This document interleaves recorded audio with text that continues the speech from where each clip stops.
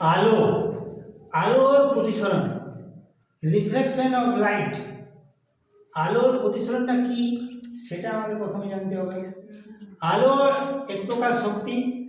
আলো প্রতিসরণের ক্ষেত্রে আলো যখন এক মাধ্যম থেকে অন্য মাধ্যমে, আলো তো সরলরেখায় গমন করে, কিন্তু দুই মাধ্যমের বিভেদ তলে আলো সরলরেখায় না গিয়ে একটু বেঁকে যায়, স্লাইটলি বেন্ড হয়ে যায়। কোন দিকে?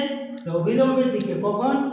যখন বায়ু অর্থাৎ লঘু মাধ্যম থেকে ঘন মাধ্যমে আলোক রশ্মি যখন প্রতিষ্ঠিত হয় তখন অবিলম্বের দিকে বেঁকে যায়, আবার যখন ঘন থেকে লঘু মাধ্যমে যায় তখন অবিলম্ব থেকে দূরে সরে যায়।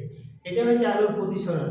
অর্থাৎ আলো একটি স্বচ্ছ মাধ্যম থেকে নির্দিষ্ট বর্ণের আলো যখন একটি সমসত্ব স্বচ্ছ মাধ্যমে এক মাধ্যম থেকে অন্য মাধ্যমে সোজা না গিয়ে মাধ্যমের বিভেদ তলে একটু বেঁকে যায়, এই ঘটনাটাকেই বলা হয় আলোর প্রতিসরণ।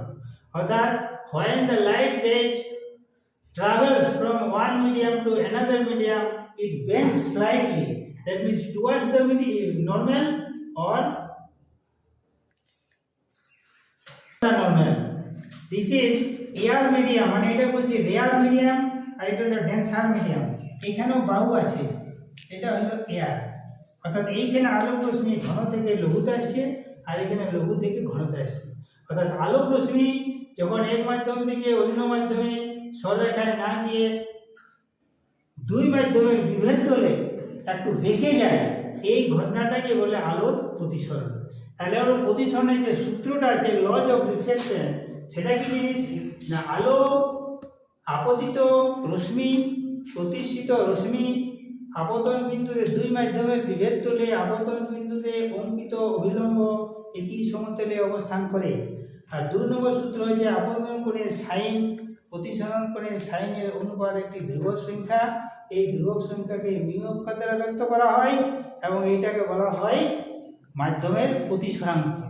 When the light ray travels from one medium to another medium, that means at the time of reflection, laws of reflection of light, formula number 1, incident ray, refracted ray and normal to the interface of two transparent medium at a point of incidence all lie in the same plane.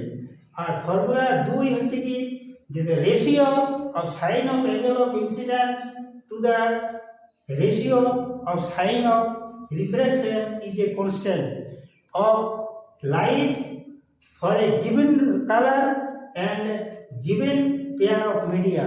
এবং this law is called the Snell's law. এই দ্বিতীয় সূত্রটাকে স্নেলের সূত্র বলে। এই সূত্রটার ক্ষেত্রে অর্থাৎ আমরা যদি আপতন কোণ, if the angle of incidence is I and the angle of reflection is R, then by the Snell's law we can write sin I by sin R, sin I by sin R equal to constant. এই কনস্ট্যান্টটাকে আমরা mu অক্ষর দ্বারা ব্যক্ত করা হয়, এটা বলে আলোর প্রতিসরাঙ্ক। এটা বলে আলোর প্রতিসরাঙ্ক, এটা বলে আর আই, রিফ্লেকটিভ ইন্ডেক্স। অর্থাৎ যদি sine i by sine i যে কনস্ট্যান্ট সেটা মিউ, এটা হলো প্রতিসরাঙ্ক। আর দ্বিতীয় মাধ্যমে অর্থাৎ প্রথম মাধ্যম থেকে দ্বিতীয় মাধ্যমে আসছে তখন ওই প্রতিসরাঙ্কটা দ্বিতীয় মাধ্যমে হয় এবং কার সাপেক্ষে? বাহুর সাপেক্ষে।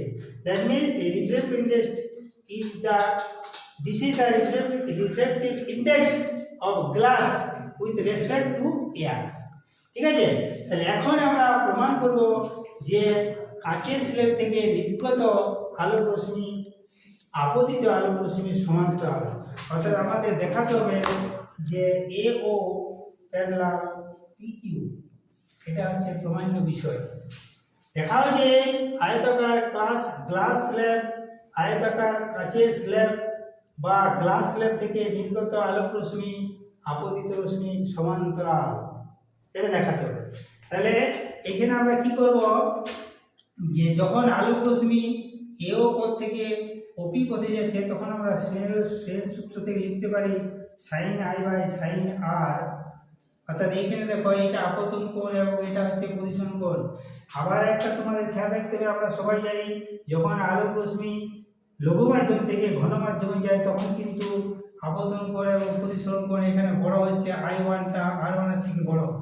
আবার যখন ঘন মাধ্যম থেকে লঘু মাধ্যমে যাচ্ছে তখন R2 লেস দেন I2।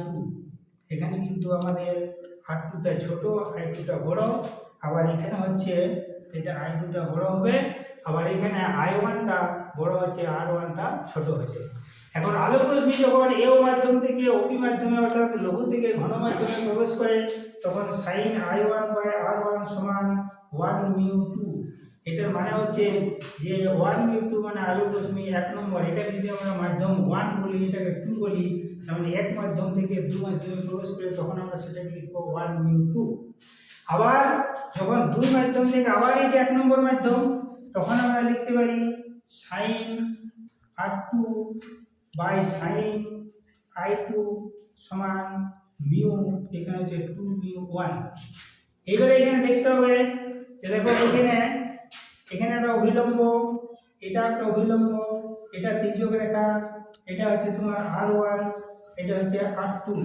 অর্থাৎ এই অভিলম্ব দুটো কিন্তু পরস্পর সমান্তরাল। সমান্তরালের জন্য এটা একান্ত কোণ সমান হয়। তাহলে এখানে আমরা পেয়ে যেতে পারি R1 = R2 একান্তর কোণ। এখানে দুটো লম্ব পরস্পর সমান্তরাল, সেই জন্য I1 = I2। আবার কি পেতে পারি যে 1μ2 সমান 1/2μ1। অর্থাৎ এইখানে আমরা যদি এটাকে 1 নম্বর ধরি, এটাকে 2 নম্বর ধরি, বা এটাকে 2 নম্বর ধরার পরে এখানে লিখতে পারি sign R1 by sine I2 সমান 1μ2 ইন্টু 1/1μ2। 1μ2 বসে গেল। এবার থেকে গেল আমাদের sign I1 by sine I2 সমান 1। এরপর এটা বর্জন করে দিলাম, সাইন I1 সমান সাইন I2, I1 = I2। অর্থাৎ দুটি একান্ত কোণ পরস্পর সমান। সেখানে আমরা বলতে পারি যে এও আপতিত রশ্মি PQ নির্গত রশ্মি সমান্তরাল, অতএব এও সমান্তরাল PQ। অর্থাৎ কাঁচের স্ল্যাবে আয়তাকার কাঁচের স্ল্যাবে যখন আলোক রশ্মি প্রতিসরণ হয় তখন কাঁচের স্ল্যাব থেকে নির্গত আলোক রশ্মি আপতিত রশ্মির সমান্তরাল। এবং এইখানে কিন্তু একটা শর্ত আছে যে আয়ের মানটা কিন্তু 0 ডিগ্রি থেকে বড় হতে হবে এবং 90 ডিগ্রি থেকে ছোট হতে হবে। তার কারণে আপতন কোণটা যদি 90 ডিগ্রি হয় তাহলে কিন্তু আরও কোনো প্রতিসরণ হয় না, তখন সোজা পথে বেরিয়ে যায়। তাহলে এই আপতন কোণের মানটা এটা আমাদের সত্য, বাস্তব সত্য, যে অর্থাৎ এর দ্বারা বোঝা যায় যে লম্ব আপতনের ক্ষেত্রে স্নেলের সূত্র প্রযোজ্য নয়। তাহলে আমরা প্রমাণ পেয়ে গেলাম যে আয়তাকার কাঁচের স্ল্যাব থেকে নির্গত আলোক রশ্মি আপতিত রশ্মির সমান্তরাল।